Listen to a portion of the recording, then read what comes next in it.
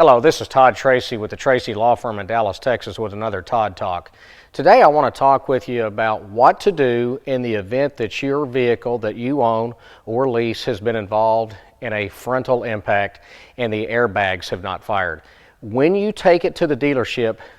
and you get the vehicle back, you need to verify that all of the safety components have been installed properly. In this particular accident that we investigated here, we noticed that the front impact sensors were not connected properly, and when the vehicle was then involved in an accident several months later, neither airbag deployed because neither front airbag sensor was reconnected properly when the repairing dealership had to replace the front bumper, replace the front radiator grill, and replace all of the componentry there, which required them to remove the front airbag sensors.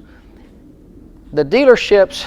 that do work usually do an excellent job. However, sometimes there is carelessness, sometimes there's work that becomes shoddy, and when carelessness and shoddy work come